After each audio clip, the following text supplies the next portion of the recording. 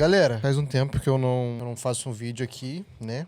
Assim, um vídeo na moral. Estive viajando e eu tava em crises em relação à criatividade, não sei. Não sei, eu acho que não é isso não, mas eu tenho tentado ler e entender mais ou menos como que esse mundo todo funciona, como a gente pode melhorar como artistas. Inclusive, tô lendo a Hobby como um Artista, 10 dicas sobre criatividade.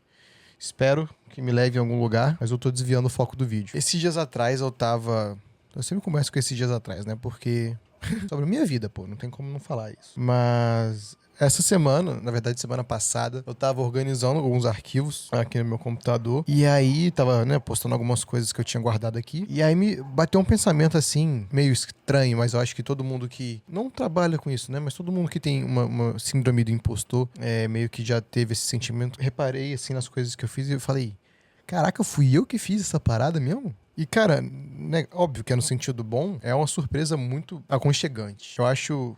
Eu só falo por mim, mas eu acho que existem pessoas que também possam se identificar com essa parada.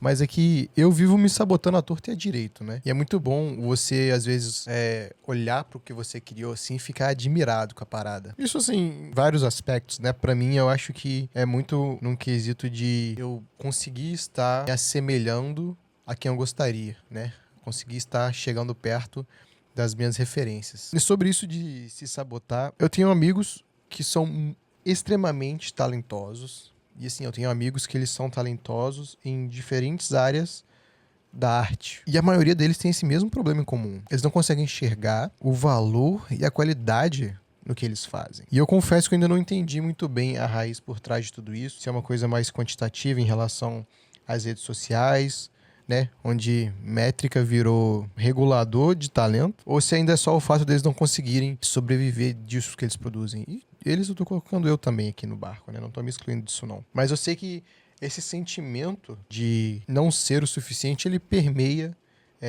muita gente. E sinceramente eu acho que isso é uma parada muito triste, porque comumente existe um entendimento ou uma crença de que só os melhores, só quem já tá no topo, que produz um material de melhor qualidade. Claro que isso, de um certo ponto, faz sentido, né? O cara já tá lá em cima, então tudo que ele produzir vai ser top. E eu entendo esse sentimento de que a gente precisa estar constantemente evoluindo, mas isso não pode ser um muro que vai impedir a gente de enxergar a qualidade do que a gente produz. Eu sempre fui muito autocrítico, na realidade eu ainda sou. Então esse vídeo ele é meio pra mim. Isso é uma dificuldade que eu tenho, que é entender até onde vai a qualidade do que eu produzo e onde começa a minha mente me dizendo que o que eu tô fazendo tá podre. E eu tento muito equilibrar isso com a realidade. Eu realmente não sei sobre tudo que eu faço e que existe um espaço, uma lacuna, que naturalmente vai ser preenchida com conhecimento, naturalmente com o tempo. Mas também não posso deixar isso se tornar uma bola de neve e me impedir de dar mais um passo e de entender que, cara, o tempo ele vai te moldar, ele vai te aperfeiçoar e vai te levar mais perto ainda do produto final que você gostaria de ser.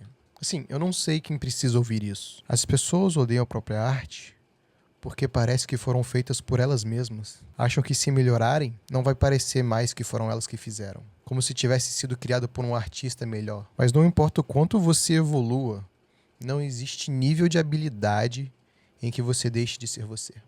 No fim, a gente acaba rejeitando justamente o que torna a nossa arte mais valiosa. Na minha finitude, eu tento entender sempre o que eu quero. E sempre que eu paro pra viajar nesse assunto, eu lembro do Van Gogh. Pra mim, a história do Van Gogh ela é muito doida, cara. Porque o que acontece? O Van Gogh, durante a sua vida, ele vendeu apenas um quadro. E ele era muito mais visto como um artista problemático do que como um gênio. O Van Gogh ele viveu uma vida marcada pela pobreza e por sérios problemas mentais e psiquiátricos que afetaram a sua reputação e o seu sucesso profissional. Sendo que hoje ele é um dos maiores artistas, ele é considerado um gênio da arte e ele nunca viu um dia do sucesso que ele merecia. E às vezes eu me pergunto assim, o que passava na cabeça dele, sabe? As dúvidas, as cobranças, as incertezas. Tipo assim, será que ele sentia a mesma coisa que a gente? Cara, não é possível.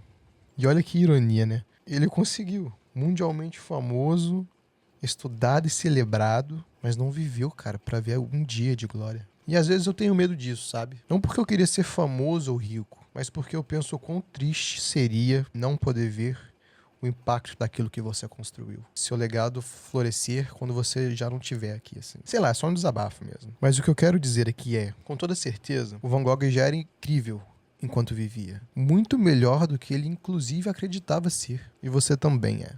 Então, a próxima vez que você olhar pra alguma coisa que você criou, pega mais leve consigo mesmo, sabe? Às vezes eu paro pra pensar assim, né? Pô, o que eu tô fazendo na minha vida? Tô fazendo conteúdo pra internet, às vezes ninguém tá vendo, às vezes ninguém importa. E às vezes é justamente o que o Van Gogh pensava. Saca? Enfim, isso é muito doido, entendeu? Por que eu tô falando do Van Gogh? É uma parada assim, bem cruel que eu acho que aconteceu. Te incentivo mais uma vez, cara. E se bater a dúvida sobre você, cara, volta lá nos arquivos antigos, por favor. Enfim, se você assistiu até aqui, meu muito obrigado. Comenta aí o que você achou sobre tudo isso, dá um salve lá no Instagram, se você tem vontade de conversar comigo assim mais intimamente, né, mais pertinho. E é isso. Beijo.